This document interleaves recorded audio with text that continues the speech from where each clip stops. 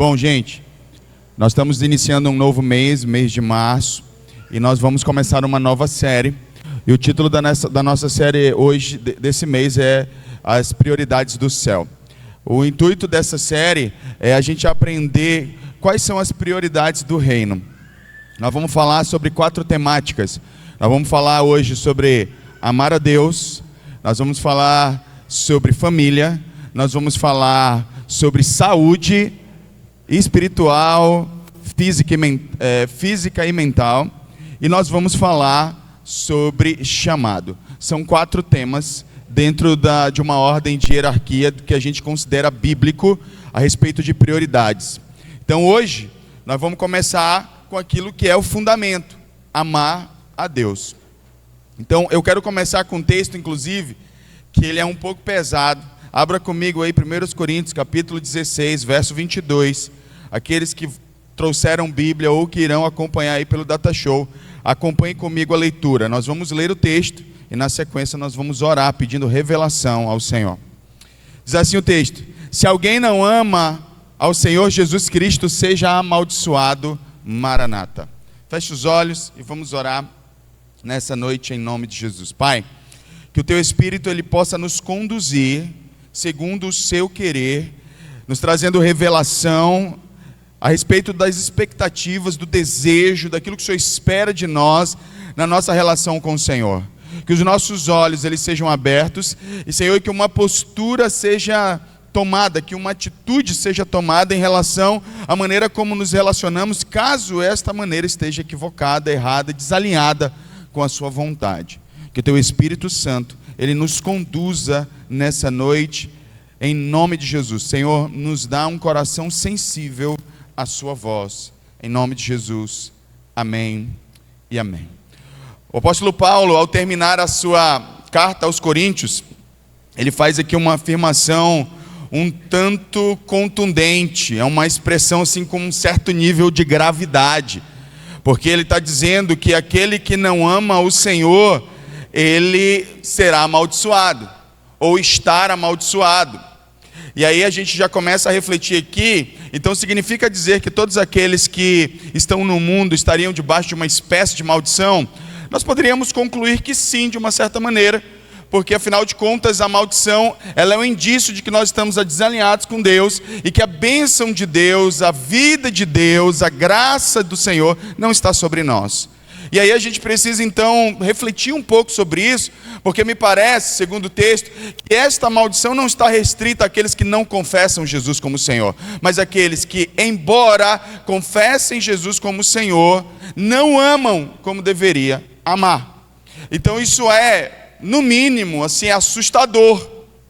E eu não quero pregar, eu não quero ser um pregador terrorista nessa noite, mas é uma verdade que nós precisamos nos ater e nós precisamos refletir sobre ela, por mais difícil que ela possa parecer. Então, nesse final, e parece que Paulo dá aí um tom solene para esse final, eu quero primeiro que você entenda o contexto em que ele é dito, né?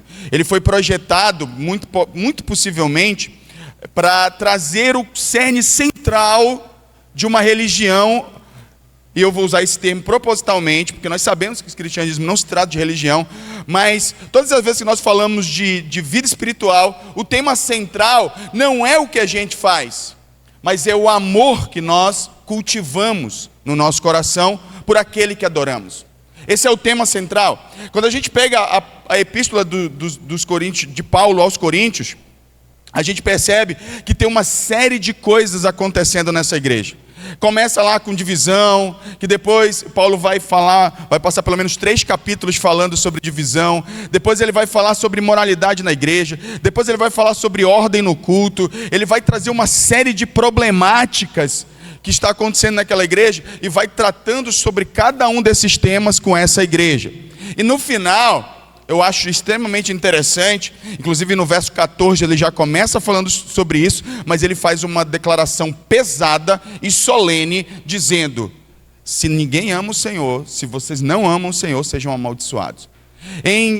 A gente já consegue aqui começar a extrair a ideia do apóstolo, dizendo que todas essas problemáticas que estão sendo vividas pela igreja, elas se resolvem quando se há quando há amor a Deus. Quando nós amamos a Deus, todas as resistências caem, todas as nossas defesas caem, e nós nos permitimos então ser conduzidos, guiados pelo Senhor.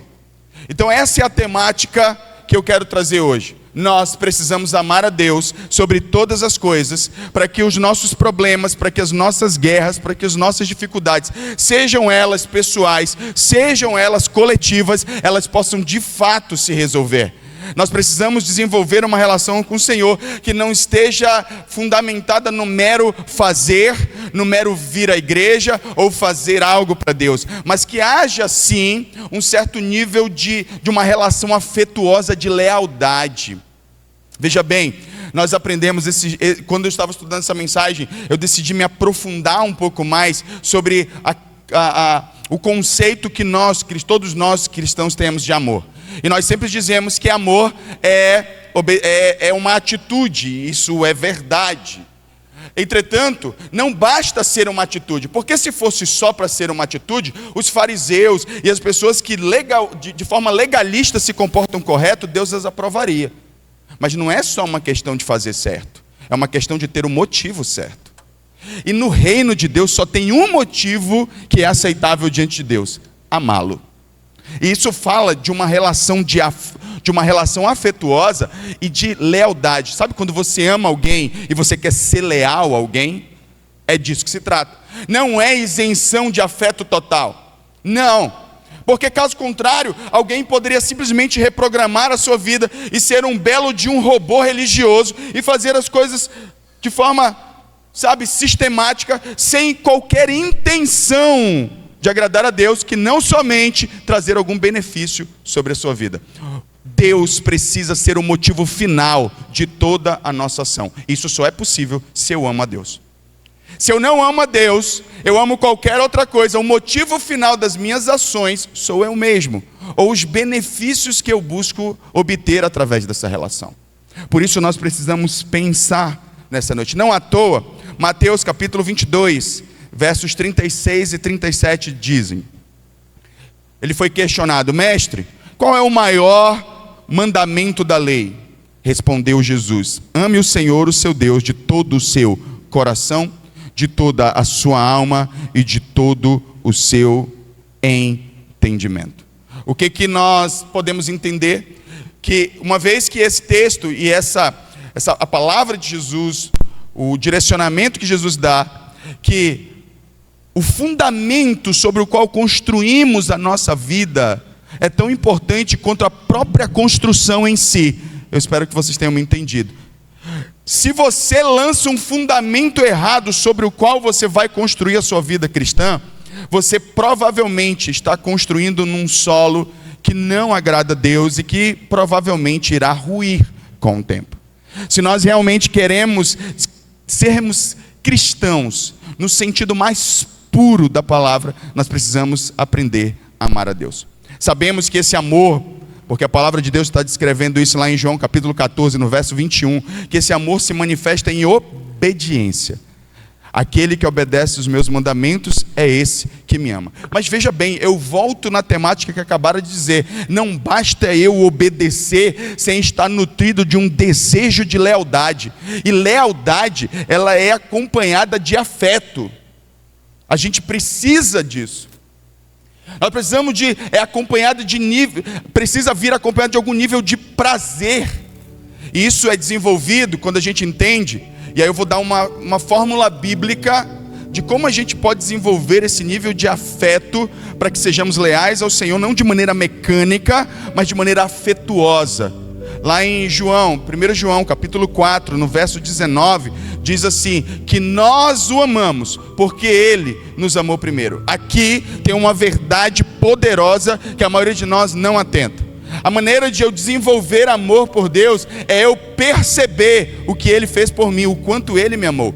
Porque o nosso amor é apenas uma resposta ao amor de Deus. Não há como nascer amor em nós mesmos. Nós precisamos de uma fonte, e a fonte do amor que vai nascer em nós, em relação a Deus, nasce no contemplar o que Ele já fez por mim na cruz. Veja bem, quando eu digo contemplar o que Ele fez por mim na cruz, eu não estou me referindo a favores que Deus fez na minha vida presente, por qualquer benefício que Ele tenha feito, pessoalmente, mas a morte dele na cruz em primeiro lugar. Se isso jamais for percebido por mim, por você, de uma maneira como deve ser percebida, jamais amaremos a Deus. Se nós não percebermos a graça que flui desse ato, se nós não percebermos o nível de amor que sai da cruz, jamais o amaremos como deveríamos amá-lo. Então nós precisamos amar a Deus. Caso contrário, o resultado de vir à igreja sem amar a Deus é o resultado de uma vida em maldição. Já parou para pensar e se questionar por que tem tanto cristão, embora ele seja aparentemente fiel nas suas práticas, na sua vida religiosa, vem à igreja, esse irmão às vezes ora, essa irmã às vezes jejua, ela faz o que tem que ser feito, ele faz o que tem que ser feito, mas ainda assim parece não fluir uma bênção sobrenatural, uma bênção celestial na vida dessa pessoa. Isso pode ter muita relação com o fato de que o que está sendo feito não tem Deus como alvo, tem o próprio indivíduo como alvo. Precisamos amar a Deus. E aí eu já quero te fazer uma pergunta: você ama a Deus? Sim ou não? Não precisa responder, mas pelo menos não em voz alta. Quando eu olho para esse texto, eu quero falar de 2 comportamentos que eles são fomentadores de um afastamento, de uma desconexão com Deus. Assim, o motivo pelo qual muito provavelmente nós não amemos como deveríamos amar. Mas antes de eu falar deles dois, quando eu olho para a igreja de Coríntios, deixa eu fazer esse comentário aqui. Quando eu olho para a igreja de Coríntios, eu vejo algumas problemáticas lá, e Paulo, o apóstolo, advertindo a igreja e ensinando a igreja e mostrando para a igreja como eles devem se comportar em relação a divisões, em relação à imoralidade, em relação à organização do culto, em relação a todas as temáticas que a carta aborda, em que o apóstolo aborda. Questões sérias, questões estruturais, questões de alma. E aí quando eu olho para a igreja atual, eu vejo uma disparidade muito grande a respeito das temáticas que a igreja primitiva vivia. Essa igreja recém-fundada, é bom que se diga, essa igreja recém-fundada, inaugurada, já tinha um tempo de caminhada, mas enfrentando problemas estruturais realmente sérios, e Paulo tratando com seriedade, dizendo: olha, a resposta é amar a Deus.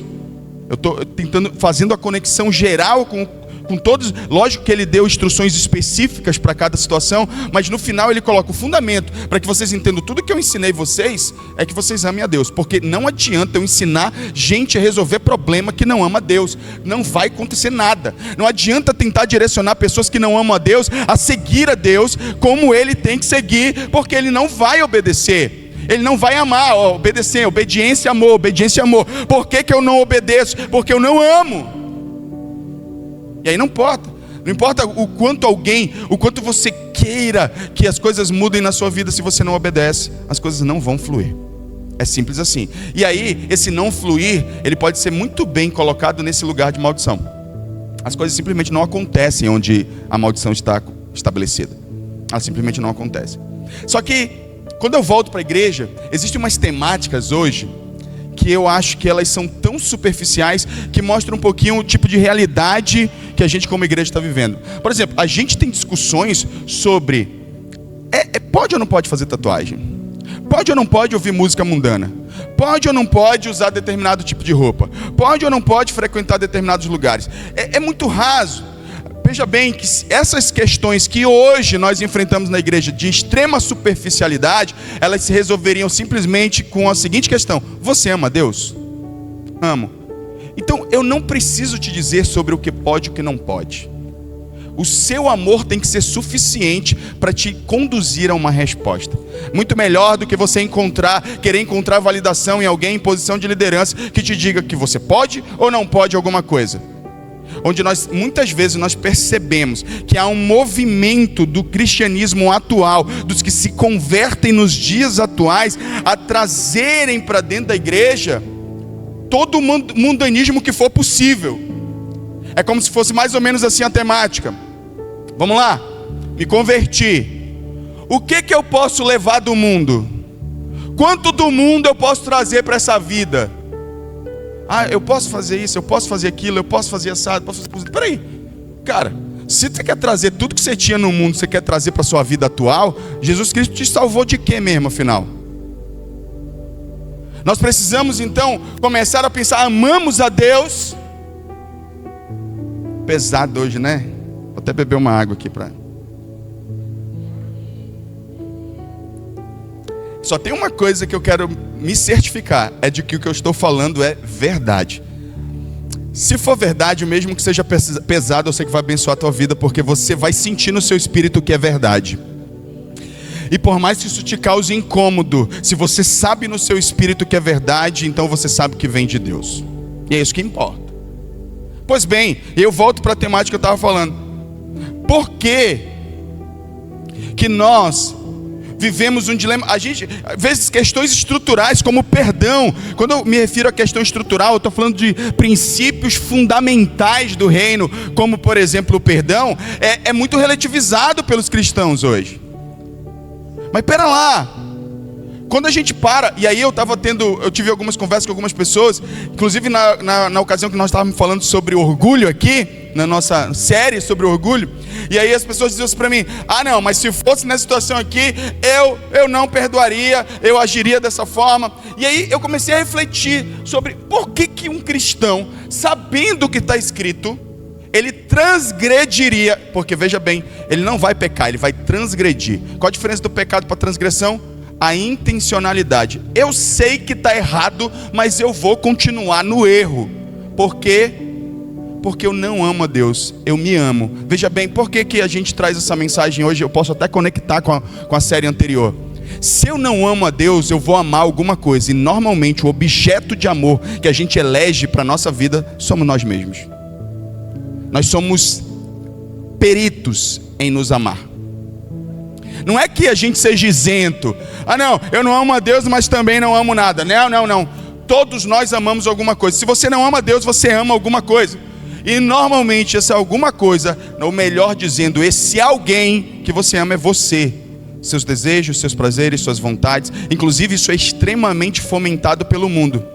E a gente vai viver, a gente converte e quer trazer tudo que a gente puder do mundo para dentro do nosso cristianismo, inclusive o orgulho. Irmãos, a gente precisa ser crente. Alguém precisa ter coragem. Algum grupo, alguma comunidade de fé precisa ter coragem de viver o cristianismo como ele o é, sem alterações, sem dar jeitinho, sem promover remendos, que eu vou já falar. Então a grande questão aqui que o apóstolo Paulo está dizendo para a gente a grande questão é, amamos a Deus? A questão não é se eu posso ou não posso, a questão é, eu quero ou não quero? Porque se eu quero algo, porque o apóstolo Paulo disse lá em 1 Coríntios 6,12, assunto da carta, ele diz assim, todas as coisas me são lícitas, eu posso tudo, mas eu não quero tudo, mas nem tudo me convém. Eu posso tudo, mas não quero tudo. Por que eu não quero tudo? Porque eu amo a Deus. Simples assim. Mas a gente está sempre naquela relação, no limite, dizendo para Deus, Deus, se eu ouvir uma musiquinha mundana aqui, eu ainda vou para o céu. E se Deus disser, vai, então tá. Então, não tem ninguém, por amor, dizendo assim, eu me separo e me santifico. Não é porque tem uma regra que diz para mim não fazer. Eu me separo e me santifico porque eu amo, porque quero Ele. E eu vou falar um pouquinho mais sobre isso, sobre o conceito de exclusividade, que a gente tem muita dificuldade. Mas deixa eu me ater aqui à ordem dos fatos, senão eu me empolgo. Então, o que nós precisamos entender? Qual é o primeiro comportamento que é um grande empecilho para a gente amar a Deus? Chama-se legalismo. Para quem não sabe, o legalismo é aquela prática de nós tentarmos nos conectarmos com Deus por meio dos nossos méritos. É a nossa prática de tentar alcançar algum favor de Deus, seja ele material ou espiritual, por meio dos nossos méritos, dos nossos comportamentos, do nosso fazer, de maneira bem clara e simples para que todos entendam. Isso é legalismo. Você cumpre uma lei e você recebe o favor. Você cumpre uma lei e você recebe, é mais ou menos como os pagãos lidavam com as suas divindades antigamente. o Deus da chuva. O Deus da chuva está irado. E normalmente assim, todo pagão, ele tem uma divindade zangada. Ele tem uma divindade que ele serve que está sempre irada e que ele tem sempre que apaziguar a ira dessa divindade. Eu não tive colheita, nós não tivemos colheita nesse ano. Então significa dizer, porque não choveu, significa dizer que a divindade da chuva está com raiva da gente. Vamos fazer alguma coisa para aplacar a ira dessa divindade. Aí vai lá, os pagãos começam a fazer coisas para obter algum benefício dessa divindade. A gente faz o mesmo. Só que Jesus, lá em Mateus 6, ele disse assim: os pagãos fazem isso, nós deveríamos saber que nós temos um Pai que sabe das nossas necessidades. Mas veja bem, a maioria de nós quer que Deus haja como um pai, sem que antes nos comportemos como filhos. Isso não é possível. Se creres, verás a glória de Deus. Sempre, o Senhor, ele já deu o primeiro passo, você precisa responder. Ele já morreu na cruz, ele já provou o seu amor na cruz, morrendo por nós. Chegou a hora de nós crermos, simplesmente pela cruz, que ele é o que ele diz que ele é. Quantos estão entendendo o que eu estou dizendo? Diga amém. Por que Deus tem que estar provando o tempo todo que ele é alguma coisa que ele vai fazer, sendo que ele já fez isso? O maior ato de amor de toda a história da humanidade está registrado nas Escrituras. Ele foi à cruz e morreu pelos nossos pecados. Chegou a hora de dar uma resposta. Se nós queremos que ele haja como pai, nós precisamos desde já, por fé na obra de Cristo na cruz, agir como filhos, urgentemente. Só que o legalismo, ele apaga tudo isso e nos faz então estabelecer essa relação de mérito. Eu vou fazer alguma coisa, então sempre tentando. E essas questões menores que eu citei, a gente está sempre respondendo a partir dessa dinâmica, né? Se eu fizer isso aqui, eu vou para o inferno? Não, não vai. Você jamais, quando você não ama Deus, você nunca vai tomar uma decisão simplesmente por amar a Deus. Você só vai tomar uma decisão para não ir para o inferno. Você percebe que existe uma diferença entre eu viver uma vida cristã onde eu amo a Deus e eu viver uma vida cristã com medo de ir para o inferno? São comportamentos e uma relação diferente. É como se eu dissesse assim: eu não tenho muito prazer na nossa relação. Desde que o Senhor não me mande para o inferno, eu estou de boa com o Senhor. Mas eu não acordo de manhã dizendo assim: que desejo de estar na presença do meu Pai. Você não pega a sua Bíblia, senta lá no seu sofá, na sua cama, onde quer que seja, onde você tem momento com Deus, e você diz assim: agora é eu e o Senhor, nada mais importa. Eu tenho prazer em estar aqui com o Senhor. Eu te amo, Jesus. Eu quero abrir meu coração para o Senhor. Eu quero que o Senhor venha. Eu quero que o Senhor me abrace. E sabe, você vai dizer para Ele: Senhor, eu não estou aqui, o Senhor não me deve nada. Eu só quero a sua presença. Eu só quero a sua presença. Eu só quero estar com o Senhor. É esse tipo de relação que o Senhor quer desenvolver conosco. Mas você acorda pela manhã com qual pensamento? Eu tenho que fazer meu devocional, senão Deus vai ficar bravo. Se eu não fizer meu devocional, Deus vai ficar bravo. E aí eu vou ser punido. E aí vai acontecer alguma coisa comigo. Eu vou perder meu emprego, o pneu do meu carro vai furar, ou então meu gás vai acabar, meu ar-condicionado vai queimar, minha geladeira vai dar problema. Eu tenho que fazer alguma coisa para Deus. Legalista. Você não ama Jesus, você ama o que Ele pode te proporcionar. Nós precisamos mudar isso urgentemente. Precisamos mudar essa realidade. Sabe o que o apóstolo disse em 1 Coríntios? Quando eu falei que ele já estava preparando essa temática. 1 Coríntios 16:14, ele diz assim: façam tudo com amor. Tudo, é absoluto, é absoluto. Não existe uma parte da vida que a gente pode fazer em amor e a outra parte, não, eu não preciso de amor. Não, é absoluto, tudo é tudo. Tudo que eu for fazer para Deus, eu tenho que fazer por amor. Eu entendo que ninguém constrói isso da noite para o dia, mas se você no mínimo precisa ter consciência que precisa desenvolver esse tipo de relação com Deus. Isso precisa ser construído. Então veja bem, deixa eu falar com você. Eu vou usar esse termo, não quero te ofender, mas deixa eu falar com você, religioso, religiosa. Sabe o que você vai precisar mudar? Não é seu comportamento. Seu comportamento provavelmente esteja tudo certinho. Você vem à igreja, você cumpre com todas as suas obrigações, você dá o dízimo, você lê sua Bíblia pela manhã, você faz seu devocional, você faz tudo bonitinho. Só que o teu coração não está conectado com o Senhor. Quer ver uma evidência disso? Depois que tu fecha a tua Bíblia, depois do teu devocional, tu desconecta da palavra. Tu só vai conectar de novo no próximo momento religioso do teu dia. Quando tem. Quando é líder, vou dar discipulado mais tarde. Aí reconecta com a palavra porque tem que dar discipulado. Não está numa relação diária durante o dia todo com Deus. Não está dizendo, Senhor, o Senhor falou comigo hoje pela manhã. Senhor, que palavra maravilhosa, eu entendo que eu não estou vivendo isso. Jesus, como é que eu posso fazer isso para passar para frente? Está atento às oportunidades, eu posso falar do teu amor para alguém hoje, Senhor? Não, a gente desconecta de Deus. O religioso, ele desconecta de Deus depois que ele cumpre suas obrigações religiosas. Ele não está numa relação constante. Tem ali os seus momentos. É muito parecido com o que vive as religiões, né? O cara passa o dia todo xingando, brigando, não sei o quê. Aí daqui a pouco você... agora é hora de fazer a oração. Agora é hora de fazer a oração. Aí passa... Tem uma realidade que a gente vive que eu acho muito curiosa. Passa a vida toda... Eu vou ser honesto sobre uma mentalidade que eu tenho. Não é que eu ache errado a gente fazer jejum para eventos. Mas a gente sabe por que a nossa cultura exige jejuns para evento? É para meio que apagar o tanto de pecado e coisa errada que a pessoa fez para poder servir em algum lugar. Isso está errado. Se a gente vivesse uma vida de consagração por amor, constantemente, a gente não precisaria desse tipo de comportamento. Como estão entendendo o que eu estou dizendo? Vocês estão bem? Estou sentindo vocês meio tensos. Vocês estão em paz? Como é que está o coração? Quem está bravo aí, levanta a mão, que eu estou bravo.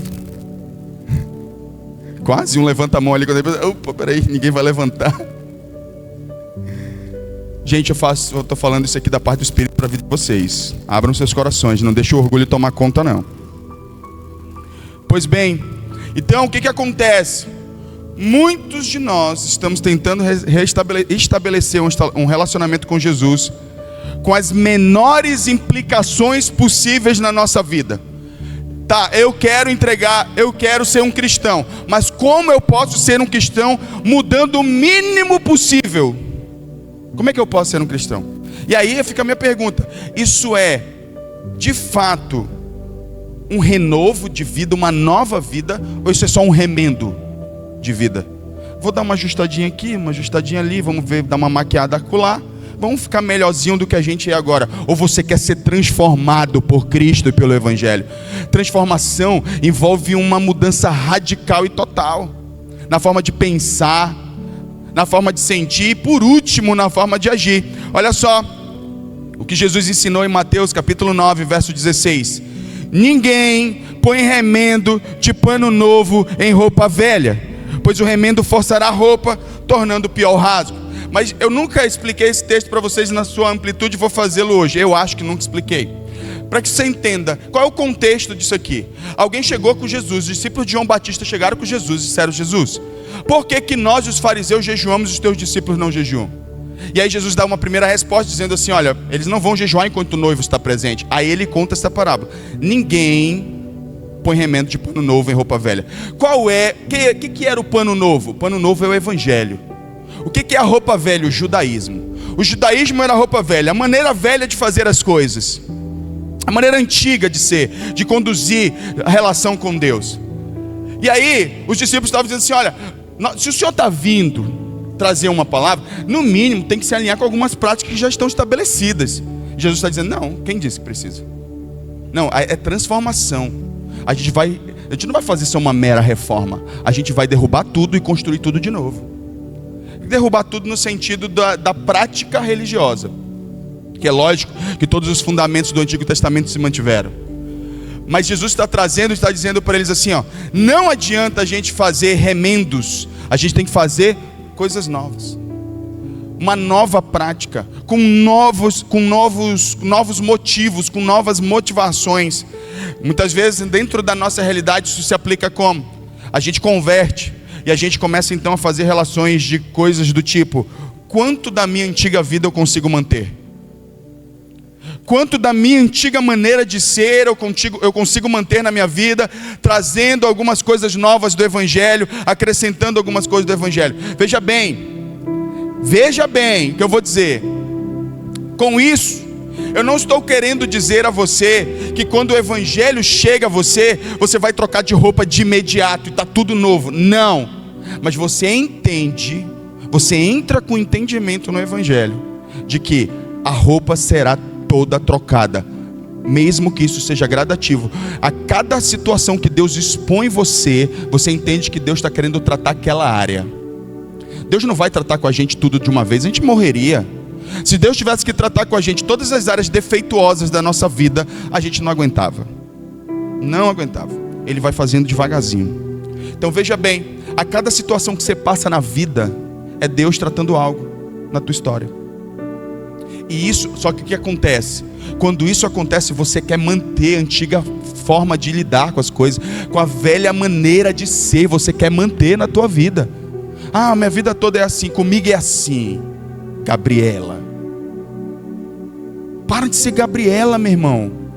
Minha irmã. Acho que vocês pegaram a referência, né? Por favor. Para de ser assim, para de ser intransigente, inflexível, dura. Porque aquele que endurece a cerviz será quebrantado sem demora, sem que haja cura.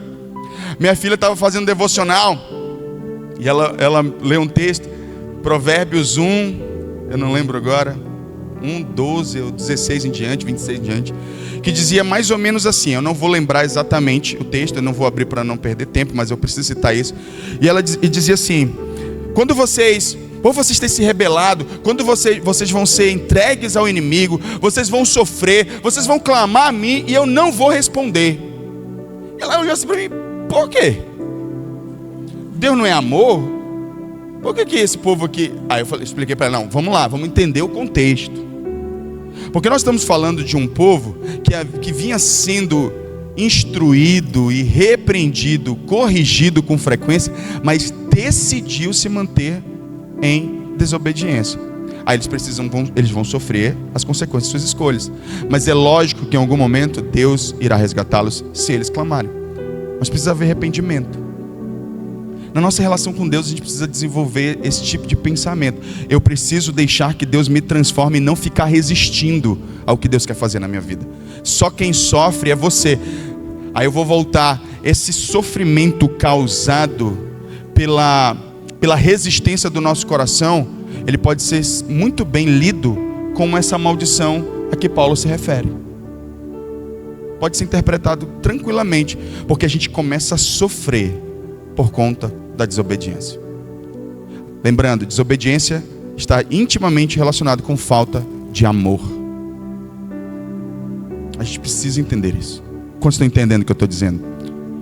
O legalismo, ele faz reformas, mas o evangelho, ele produz transformação. O Senhor quer nos transformar. Isso só é possível se nós o amarmos. Senão, você vai ficar sempre mantendo áreas da sua vida da maneira velha de ser. Você precisa ser transformado completamente. O segundo comportamento e último que atrapalha e que tem impedido as pessoas de viverem uma relação de amor com Jesus é o humanismo. Com humanismo eu quero dizer a nossa mania de querer explicar todas as coisas de uma maneira humana, como se Deus ele tivesse que entender tudo e a gente faz o que a gente quer. Dentro desse tópico, nós temos muita dificuldade de entender o conceito de exclusividade que Deus quer conosco. Para quem não sabe, Deus espera ter uma relação exclusiva conosco.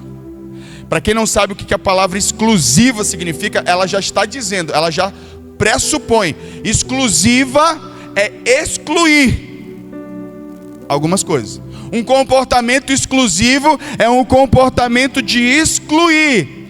Só que quando eu fui estudar no dicionário a palavra exclusivo para aprofundar um pouquinho mais, eu amei uma definição da palavra exclusiva que é a seguinte: direito de estar livre de concorrentes. Direito de estar livre de concorrentes. Exatamente essa definição, ela descreve perfeitamente o tipo de relação que Deus quer ter conosco. Deus quer ter o direito de estar livre de concorrentes pelo nosso coração. Todo o tempo a gente tentando dar uma justificativa para a gente manter um comportamento inadequado. Deus quer que alguém olhe para ele assim: eu lhe amo tanto que eu lhe dou o direito de não ter concorrentes pelo meu coração. Meu coração é só seu. Só seu. Embora possa até ter coisas no mundo que são permitidas, eu decido por amor não colocar nenhum concorrente com o Senhor. Meu coração é totalmente seu. Eu achei perfeito isso. E Deus quer exclusividade. Olha o que ele diz em 1 Pedro capítulo 2, verso 9. Vocês, porém, são geração eleita, sacerdócio real, nação santa, povo exclusivo de Deus, para anunciar as grandezas daquele que o chamou das trevas para a sua maravilhosa luz. Quando a gente ama, a gente entende o conceito de exclusividade. A gente não fica tentando trazer coisas ou manter coisas na nossa vida que não agradam a Deus. Pode acontecer o seguinte: eu quero me livrar de algo, mas isso está tão enraizado na minha vida que eu ainda não consegui tirar, mas eu quero tirar, eu quero excluir, porque eu quero dar a ele o direito de ser o único no meu coração. Eu ainda não consegui tirar, eu estou lutando para tirar, eu estou orando para que isso não aconteça, eu estou buscando com todas as minhas forças fazer ele ser exclusivo. Eu quero que ele seja exclusivo no meu coração e eu seja exclusivo dele.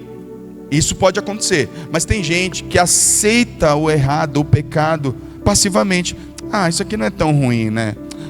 Não tem problema. Eu não vou perdoar o irmão, né? Porque tem que entender, ele me machucou demais. É muito difícil perdoar, então não dá. Eu vou ficar com o meu relacionamento quebrado com ele para sempre. Pelo amor de Deus, irmão. Pelo amor de Deus. Eu vou ficar nutrindo essa mágoazinha aqui pro resto da minha vida.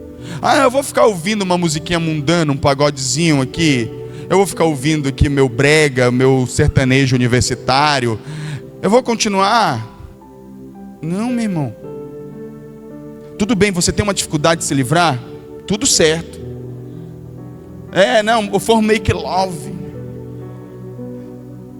Cadê os irmãos que já foram lá pro... Como é que é lá da Universal? Os irmãos já foram para a terapia do amor? Levanta a mão. Ninguém.